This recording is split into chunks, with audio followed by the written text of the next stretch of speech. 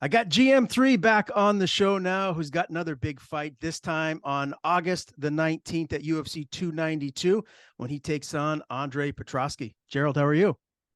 I'm doing good, man. How are you? I'm fantastic and a lot to get to here with you today. I first want to start with UFC Jacksonville. You were obviously in the corner of your big chin brother, Brendan Allen, last night, picked up another huge win here. I want to ask first off, it must have been really difficult for you doing double duty, right? You were in his corner and you were doing security for what it looked like. Yeah, I maybe I had seen that guy before, but I hadn't remembered. And yeah, we actually saw him in the back before that, and Tuco had pointed it out, and he was like, "Hey, G," and he was like messing with this guy, and I was like, "Come on, man, this dude's working. Like, leave him alone." And I looked, and I was like, "Jesus, he does look a lot like me. Like, even had like the hand tattoo and everything." So I was like double taking. I was like, "We're not related, are we, or something? Like, what the heck?" That's funny. He looked to be a pretty big dude, right? I mean, he would have been in probably like a heavyweight weight class, though. Yeah, he would have been a heavyweight or a big 205er. Yeah. Okay, yeah. The similarity was uncanny. So I wanted to address that first off. But man, oh man, Brendan Allen, he just continues to get better and better. I remember when he first came in the UFC. He's had a couple of losses. Curtis and Strickland, but it seems like ever since he's made the transition to Kill Cliff, he's just evolved tremendously. Can you just talk about that a little bit? Yeah, I mean, I think not just the transition to Kill Cliff, I'm sure that's helped too. A lot of great coaches there, a lot of great partners. Picked up still a lot of great skills at Rufus Sport, but just maturing as a young man, as a person, getting deeper in the fight game, getting more comfortable being in the UFC. He's reached out to different people to help with like different aspects of like every part of fighting, the mental aspects, as well as like just the actual technique and training. So I think all of those things are just the timing is right. He's been doing it since he was, a kid. He's a big ass kid, but he's been doing it since he was a kid, since he was like 15, 16, wrestled all in high school. So he's got all the skills. It's just putting everything together, and now the pieces are starting to fall into place for him. And obviously Bruno Silva, that's an opponent you fought, you've beaten him before. So obviously you had some inside knowledge as to, what he brings to the table. What was the game plan for you guys going into that fight? It was more or less what he did. You know what I mean? Because obviously we're different fighters, right? Like we have certain things that kind of overlap that we're both good at. But everyone's different. Everybody has their own approach to stuff. Everybody has their strengths and weaknesses. And I knew he would probably stand in the pocket a little bit more and trade a little bit more with Silva than I did, which we saw, and it worked to his benefit. He did a really good job. Um, really didn't eat any big shots. He caught a clean uppercut, but it wasn't anything that like rocked him. There's a couple times he was off balance and like had a little bit of a stumble, but nothing as a result from like a concussive blow or something. It was more just having your feet in the right spot. So, but that was pretty much the game plan. Use a lot of feint and fakes, let that jab get out there. If you are in the pocket with him, make sure we're either shooting afterwards, we're defending and looking for our counter shots. And that's pretty much what happened. He got stuck, well, not stuck, but he got against the cage a couple times and did a good job. He'd pick off shots, he'd return fire when he was there for too long. He got out of the cage. And, Bruno's a guy that he is very dangerous. He's got big power in his hands, but if you know he's gonna stand there and slug with you. And Brendan did the smart thing. Instead of punching with the puncher, he timed his counter punch, and he caught him clean, and kind of similar but different to what I did off that clinch. I told him, make sure anytime we're in a clinch, we're punching out of the clinch, because he'll get a little bit lazy there, and that's exactly what happened. They clinched up for a second. Bruno hit him with an uppercut, and then as he tried to exit, Brendan came over with that big right hand and threw another one down the pipe and dropped him down. And then, as well as I do, he's pretty good on the ground too. So as soon as he got on top of him, I knew he had a pretty good chance of getting the fight done with. Yeah, no doubt. And another huge win for him, man. And I love the post fight speech inside the cage. He's calling out Duplessis, Cannonier. What do you think makes the most sense for him next? Obviously, Cannonier just picked up a win, so he, is potentially available for that fight. But Duplessis is booked with Whitaker. If you were the matchmaker, what do you think would make the most sense for BA next? Man, I don't know, because I hadn't even thought about that. And that's, you want to talk about growth. I was so proud of him. he remembered more than like 3 words in a sentence. Like he had that whole thing memorized post fight with all the adrenaline. That's some serious like growth and maturity, man. I was ecstatic for him. Just he had that whole thing planned out. But as far as like matchmaking, I think Cannonier just fought. I think that's a good fight. Um, Strickland's booked. I know he wants that rematch, and maybe I could say the winner of that possibly, but there's kind of a gridlock. I know there was maybe Vittori could be another name. He lost to Cannonier, but that's another guy that's still up there in the rankings that would potentially move him forward. So I think any of those guys would be fine. But that's there's been a lot of guys at the middleweight division. I think he made a good point. Pretty much him and Dricus are the only two that are up in the higher rankings right now that haven't fought a guy that's had the belt. You know what I mean? Or been very close. Whitaker's fought 3 times. Strickland fought Bahia. Cannonier's already fought. Pretty sure he fought Adesanya, or maybe he got close, but he's like waiting in the wings. And Vittori fought Adesanya, so they kind of need some fresh blood. And I think they want Dricus to win and get that fight in Africa. And but if he doesn't, give him to Brendan, or give Brendan Cannonier Vittori, and then like I think a title shot is right around the bend. And if not a title shot immediately, you can have him waiting as a replacement, or as an alternate, if you will, for a Dricus and Adesanya fight. I just do not see Dricus beating Whitaker. Do you agree? How do you see that fight playing out? I don't, but yeah, that was more just like if that happens, right? And because again, if Whitaker wins, that's a weird spot for the UFC, and even like that could potentially be a good fight for Brendan too, is a Whitaker fight. But then, you know, do you really want to fight a guy that's already fought for the belt or had the belt 3 times? Because it's a great win, but then if you don't win, how many guys you got to beat to get back to that title shot? You Mm. know what I'm saying? Then it kind of puts you in a weird spot.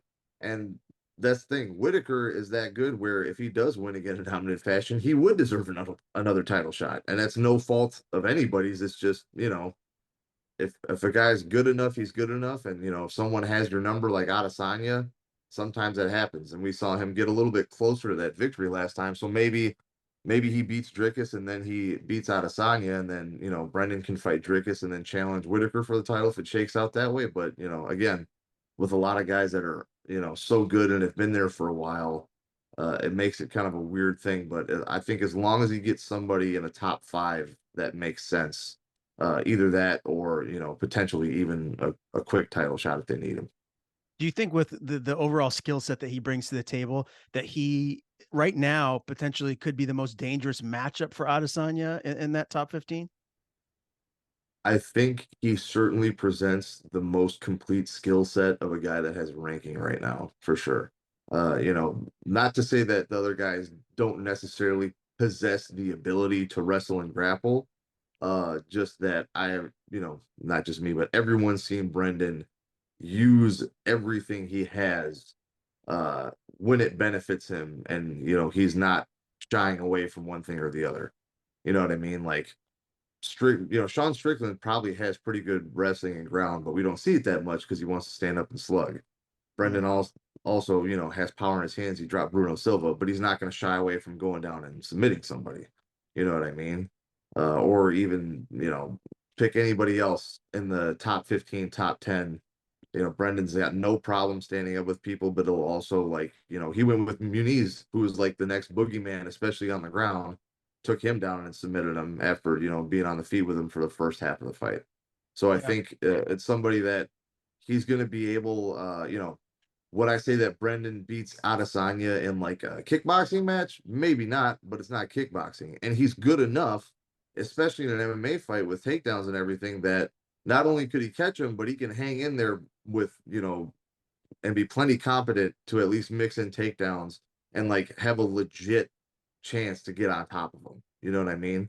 Jan Blachowicz obviously is a big guy. Brendan's a big guy too, but we saw him double leg Adesanya and get on top of him. And obviously, fights since then, Adesanya's shown some improved grappling, but it's just not the same as a kid who's been, wrestling and doing jujitsu since he was 15 years old. Mm.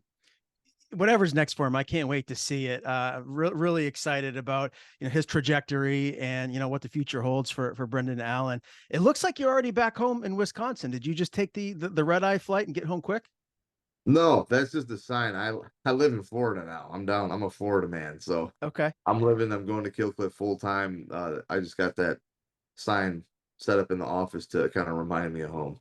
gotcha. Because I know the last time we spoke, you were still going back and forth a little bit. When did you make that transition and actually move there to Florida? Yeah, I've been here for about a month or so, a little over a month. So it's very hot. I'm looking forward to never having to deal with snow again, or at least while I'm down here. So far, no complaints. Very good. Now, did you stick around and watch the rest of the fights? What is it? I think it's like a 4 hour drive from where you are at Mhm. Killcliff to where the fights took place in Jacksonville. Did you drive or fly back? I drove back after the fight. So we went in the back. Um, Brendan had to do all his PR stuff. I got to see Macy's fight while we were still there because they have screens all over the place back there, and the Onama fight, that one too. I caught bits and pieces of that. I saw the Onama fight. I saw Macy's fight. And then I saw a little bit of the Taporia and Emmett fight, and I saw some highlights. And that one I want to go back and watch because that looked like a good scrap. Yeah, man, that was such a great fight. Talk about another guy that could be fighting for a title soon. Ilya Taporia. How good is he?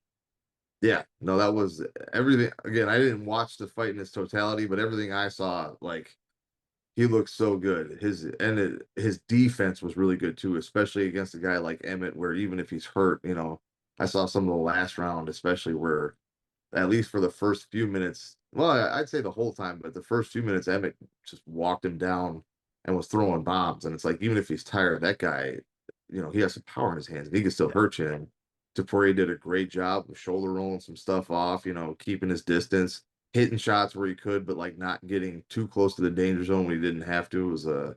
It was a beautiful display of boxing for sure.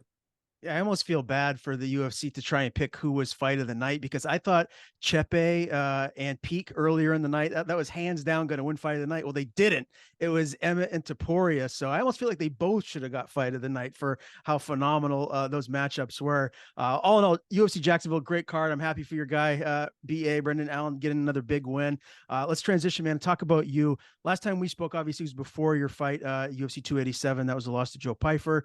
I want to start with did you feel like the stoppage was justified? Because it looked like you were still moving. I thought maybe you could have gone on a little bit longer. Oh no, I mean they could have, but there was a lot of other stuff. I had, I had some stuff going on with my eye, and it was nothing. I was all medically cleared. Everything was good. I had just happened to have like this, like I had a pink eye infection, right, for a while. It just wouldn't go away, and I finally got on the right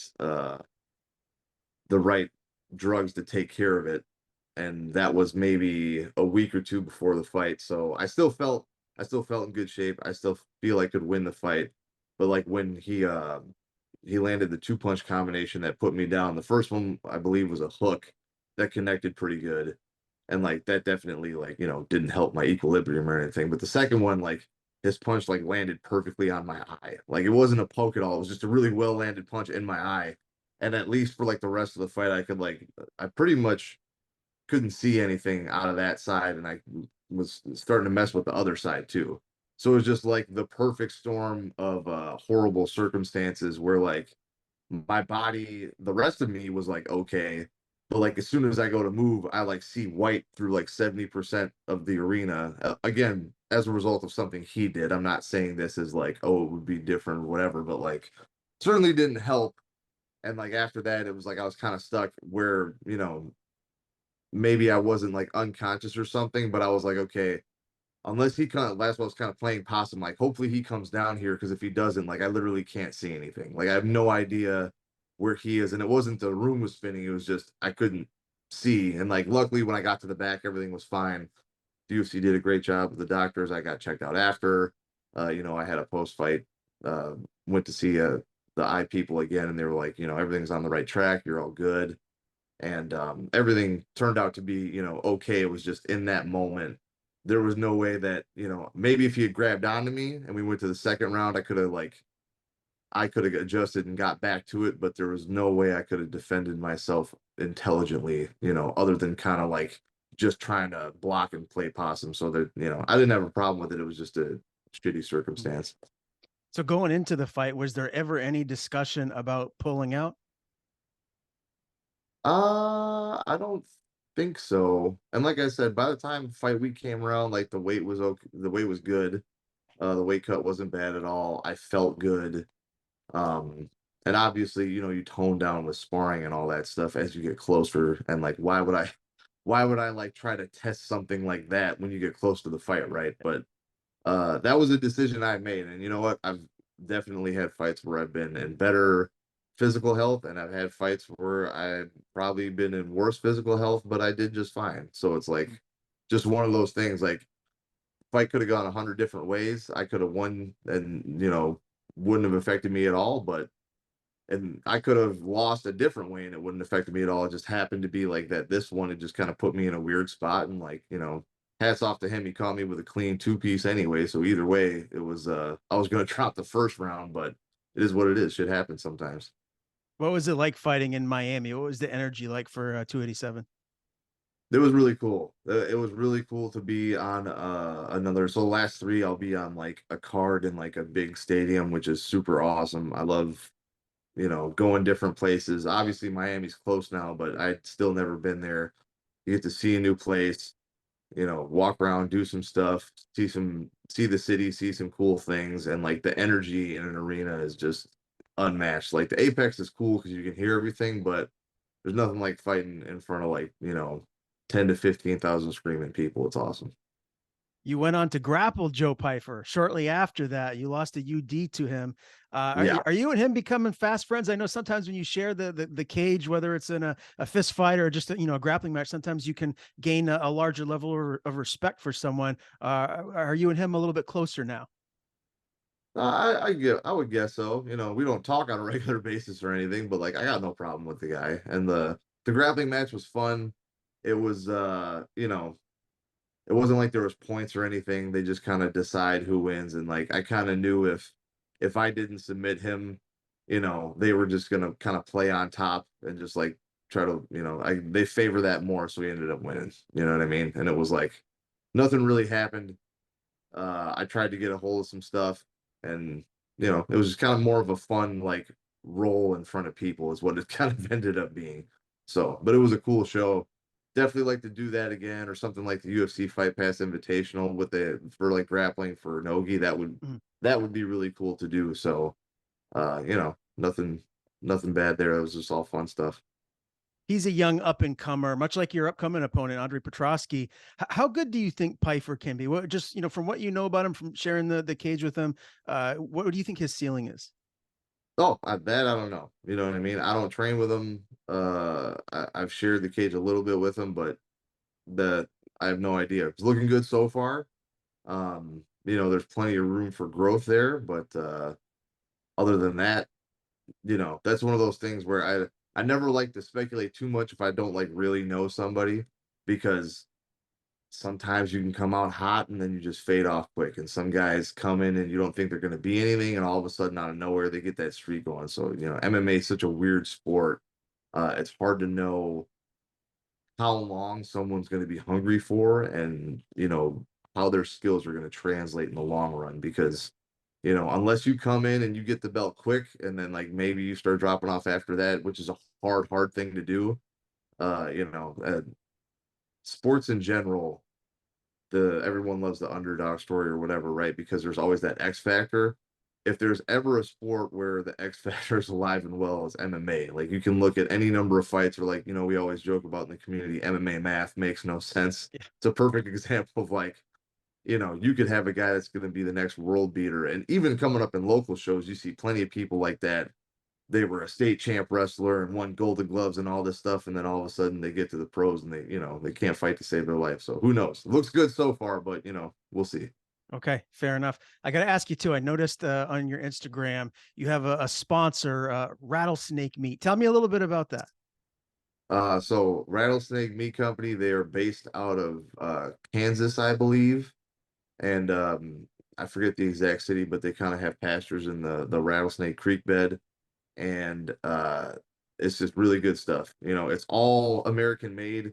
One of the really big problems with like a lot of stuff that says made in the USA, especially like pork products, there's not very stringent regulation on what can have the sticker on it. So like you could get a product, a meat product that was shipped over, you know, from China or wherever, and then comes off a barge in the US. And because it's packaged in the US, it has the sticker that says product of the USA. But really, what you're buying is like from another place, Right. which, you know, you could argue is like not necessarily like the end of the world, but there's different health regulations and stuff everywhere. And why wouldn't you want to support, you know, an American made product that you know is safe and is much fresher that didn't have to, you know, go across the biggest ocean on earth? You know what I Right. mean? So if you can, and they got great stuff. All their meat, I believe, is like 21 day aged beef. You know, I've loved everything they've sent me. They have all the different kinds of cuts, and you know, cost wise, if you buy in bulk like that and you plan out your meals a little bit, it's a lot cheaper and better for you and your family than, you know, even going to Walmart or whatever. So, you know, get something that's made right here in the US and it'll taste better and you'll feel better too. And it leads me to my next question. You know, with you, I mean, you're not 21 anymore. You're getting a little bit older. Are you having to like really dial in your diet to kind of stay where you need to be? You know, as you're getting a little bit more of a seasoned veteran here as a professional. I've actually been very fortunate that like even just with my genetics, I've never been someone that gets too heavy. Um, you know, that's not the only factor, obviously. Like I'm very disciplined with you know, I try not to overeat too much. I'm pretty conscious, you know, I'm not always quote unquote dieting, but I do a pretty good job of like trying to eat stuff that's at least somewhat healthy. You know, even if I like just had a fight, I'll get, you know, a healthy meal in a day. I'm not gonna go full Patty Pimblett, is what I'm saying. So, and I feel better doing that. And not only that, but one thing that for sure helps me stay on the right path is as you get older, and I'm not, you know, I'm not super old, but you definitely feel it more after your 30s. Like if you don't eat right, if you don't stay away from the alcohol and certain other things, you know, your body doesn't feel as good. And if I don't feel as good, when I go to the gym with a bunch of these young killers, I get my ass kicked, and I don't like that. So I would rather stay healthy, feel good, avoid the injuries and all that kind of stuff. And that's just part of being a professional. And you can deviate a little bit, but just take care of your temple, take care of your body. It's gonna get you through everything. And the best medicine is preventative medicine, and part of that is a good diet and exercise regularly, and don't fly off the rails too much. August 19th will be here before you know it. We're almost at the end of June. Obviously, Kill Cliff, one of the best gyms in the world. We talked about it last time. Anything specific that you have, planned for this camp? You said last time you didn't really have specific training partners, but to get you ready for Petroski, is there anyone that you feel like you're going to be working with more than the other guys? I mean, I'll probably gear towards some of the guys that grapple a little bit more. Um, but we got such a deep room. It's like everybody can give different looks, and everybody's got something to bring to the table. But for sure, I'll look to work with a lot of the wrestlers and the guys that are good on the ground and want to push the action that way. Logan Storley is a guy who's got a fight coming up. He obviously is 70, but he's I think a better version of what Petroski wants to do. So that'll definitely be a guy that I'll get some rounds in with and work with on the grappling and stuff like that. But other than that, yeah, everyone on the team's a killer, and we got think we got 4 or 5 guys on like the Bellator card the week before getting ready, and then me, Ian Gary, and Gregory Rodriguez are all fighting the same night out of Kill Cliff, August 19th. So we're gonna have plenty of guys around the same size, like gearing up for a fight. So it should be good. Do you feel he's even going to try and like stand and trade with you, or is this just going to be, a grappling wrestling match, on the ground? What do you feel like he's going to try and implement? I so there is always a slight possibility he comes out and shows something completely new. However, that's a very rare thing for a fighter to be able to do that, and especially rare for someone, that kind of fights like him, where he might show some stuff, like he might throw a kick, just to throw a kick and change it up. But if I had to guess, it's going to be hard for him at this point to kind of change what he's doing, because he's got a lot of wrestling experience, and I know I think he's probably got some amateur fights, but really, if you're what has he got, like 10, 12 professional fights, so you're not that experienced number of MMA fights wise, and you're going against some of the best guys in the world because you're in the UFC. So it's going to be really hard to like develop a new skill that you're going to be able to use at like the highest competitive level. So what I would imagine he would do is he'll throw hands a little bit, he'll shoot, or he'll look to try to bait me into shooting because he loves that front headlock position, and it's going to look like the rest of his 4 or 5 UFC fights, if what that's what he wants to do anyway. So Do you feel like your ground game is head and shoulders better than his? I would say it's certainly better as far as like the ability to finish a fight, and I think that's 100% true if you just look at the numbers. I mean, his last fight went to a decision. His other fights he's gotten some finishes, and it's only been, what is he, like 4-0, 4-1 if you include the Ultimate Fighter one. But everybody he's fought so far in the UFC, and we're just talking MMA wise, right? You look at the guys he's fought in the UFC, most of them aren't in the UFC anymore, and they had a losing record in the UFC. Um, and like I said, the last guy he fought went to a decision. I saw plenty of chances to finish, and that just weren't taken. That being said, I think he does do a very good job being on top and controlling people. But as far as like damage and finishing ability, I don't think that's there yet. And that's something that I have that's unique in this equation. And I obviously assume that you're talking about his most recent fight with Wellington Turman, not being able to finish. And before that, he beat Nick Maximoff. Have you watched a lot of tape on him and really dissected him getting ready for this fight? I'll probably start to watch more. I've seen his fights before. Obviously, we've wanted to fight before, and it just kind of like never matched up, right? And it wasn't like anyone was dodging anyone. It was like, he had called me out, and then I would get a fight booked, or I would say like I would call him out and he would already have something booked. So it was just like never, the timeline just never worked out. You know what I mean? And neither of us are in a position to tell the UFC who we want to fight. I don't think so. That's just kind of how it went. And obviously, coming up to my neck of the woods, Boston, UFC 292. I can't wait for this fight and for you to be up here in New England. How excited are you to fight in front of the crazy Bostonian fans? I'm excited, man. We're gonna be at the Garden. That's another storied location on the East Coast just for sports in general, not just, fight fans. So that'll be a really cool thing to do. Um, I've been up there before once to corner for Brendan and Macy, but I haven't been able to fight there yet. So I've been there once. It's a cool town, and I'm excited to go back. Give me some predictions here. The main event is for the bantamweight title, Aljo and O'Malley. Who do you see winning that fight, and how do you think they get it done? Now I can't bet against Aljo. Like he's just looked too good. He's risen to the challenge every single time, and I think he gets it done.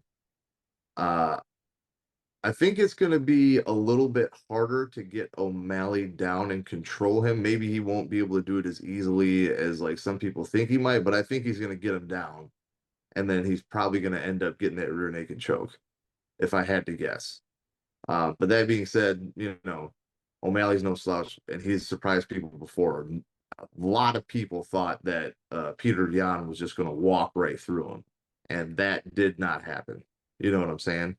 So I expected to be a good fight. I expected to be competitive, but really hard to bet against a guy that's beaten Peter Yan and TJ Dillashaw and Henry Cejudo all in a row. You know what I'm saying? Like Yeah. that's a hard resume to argue with. No, I totally agree. Do you think that Aljo is the most disrespected champ in the UFC right now? I don't know.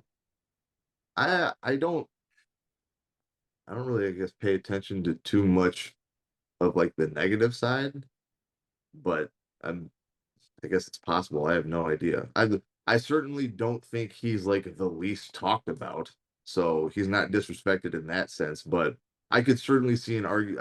I would definitely agree with the statement that he might not get his just dues from people, Yeah. or like some of the fans in general. I think he maybe more than some other champions might get written off more than some other guys when he shouldn't. But now I would hope and expect that that would kind of change, right? Because again, I just listed the guys he beat. Like that's ridiculous. Like there's literally other than O'Malley, like there's no one else. And even if he lost to O'Malley somehow, you still can't erase those other wins against like some of the best guys to ever do it at that weight. You know what I'm saying? So I think no matter what happens on August 19th, he's still like one of the best. And depending on what would happen with like the champions after, at this point, I would argue he's probably got like one of the strongest schedules, if not the strongest schedule, depending on how you want to look at it. Yeah, I totally agree. I think I think he beats Sugar Sean, and I think he does it handily. The 115 strap is on the line as well. Weili Zhang, Amanda Lemos. Do you feel like the champ retains, or do you think we have an and new champion here?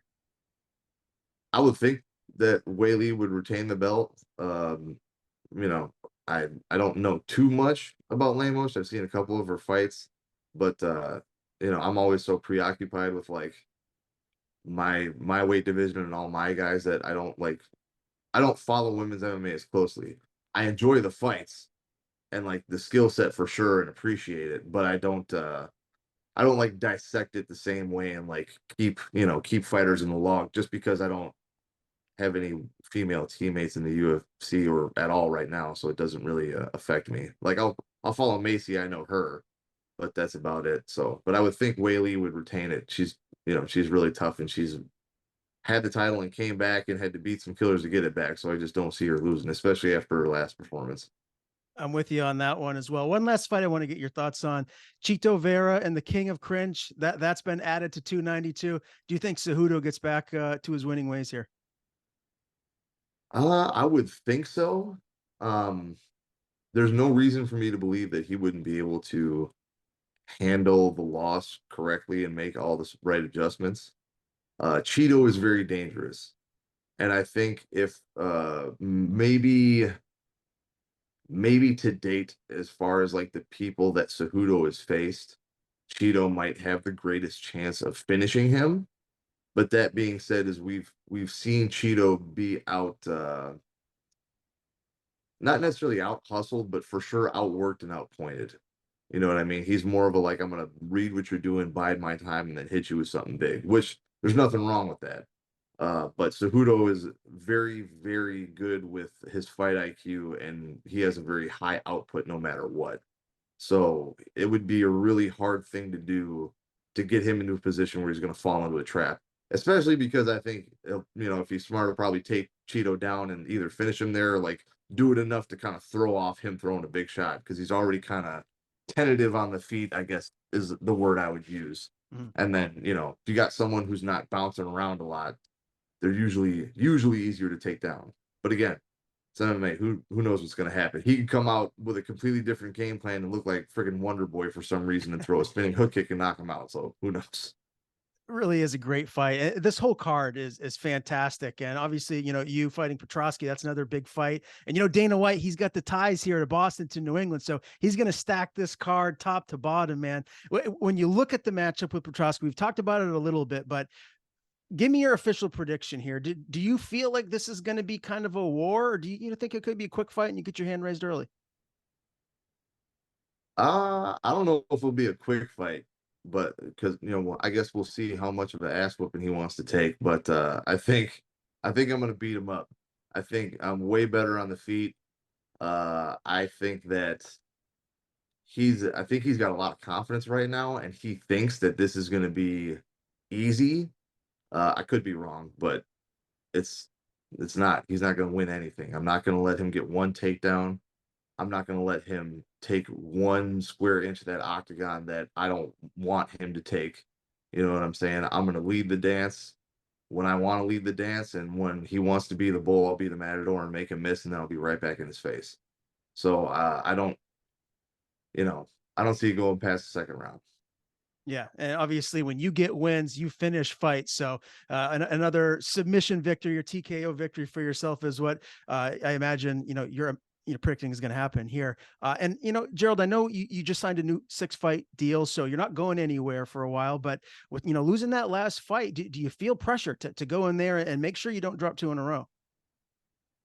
Honestly, that fight's in the past. You know what I mean? There's definitely ways you can use that positively for motivation. And I'm not saying like I won't have like the thought in the back of my head, but like, you always want to get one back. But I'm not going to like let the thoughts creep in my head of like, I can't drop 2 in a row, this and that. Like I'm gonna be in trouble. I, want to keep my job, all this. Like all of that is true. I don't want to lose 2 in a row. I don't want to lose my job. I love fighting for the UFC, but um that's that's not what the task at hand is. The task at hand is beating Andre Petroski on August 19th. And thinking about all that other stuff isn't really gonna make a difference or help that. So I am looking forward. Everything that's happened, all the fights, 50 whatever fights I've had in the past are in the past. As far as I'm concerned, as soon as, the fight gets done and you walk out of that cage and you're done doing all the interviews, you're 0-0. Like everything before that doesn't concern me, especially in a sport like MMA where, records mean almost nothing and rankings certainly don't matter either. So, you know what I mean? I'm just concerned about the next guy coming. All right. Last thing for me. If you go out there and you get this win in Boston, are you going to go out afterwards and have a Sam Adams or another beer afterwards? What's your plan for post-fight victory? Yeah, I'll probably hang out. I usually keep it pretty low key. I might have some family and friends out there, so you might see me around. But I'm certainly not going out to clubs like some of these other guys, and you're not going to see me with strobe lights and like bass going off and stuff like that. And that's if you want to do that, that's cool. I got friends that do that, and it's like more power to you. But I just don't do that. I'm like an old man at heart. I'll have a couple beers at a dive bar where I can like talk to the people I want to talk to, and then I'm gonna be in bed before 11 o'clock because I'm old and I want to make sure I wake up for my early bird special. Fair enough, man. Well, hey, if you do go out afterwards, I'd love to catch up and grab a beer post fight. I'm not sure what my situation will be. Like as I told you before, I'm trying to get credentialed to be there covering the fight. So if that's the case, I'll be there pretty late. So we'll see what happens. As always, Gerald, I really appreciate your time. It's great talking to you, man. Again, August 19th, UFC 292, GM3 is back in action against Andre Petroski. Before we do sign off, I want to give you the floor as always. Tell people where they can follow you on social media. If you have anyone to thank, anything to plug, the floor is yours. Yeah, you should know where to follow me on social media by now if you're watching this. Uh, Shout out to Killcliff, Sucker Punch, all my sponsors. Like we said, Rattlesnake, they've been awesome.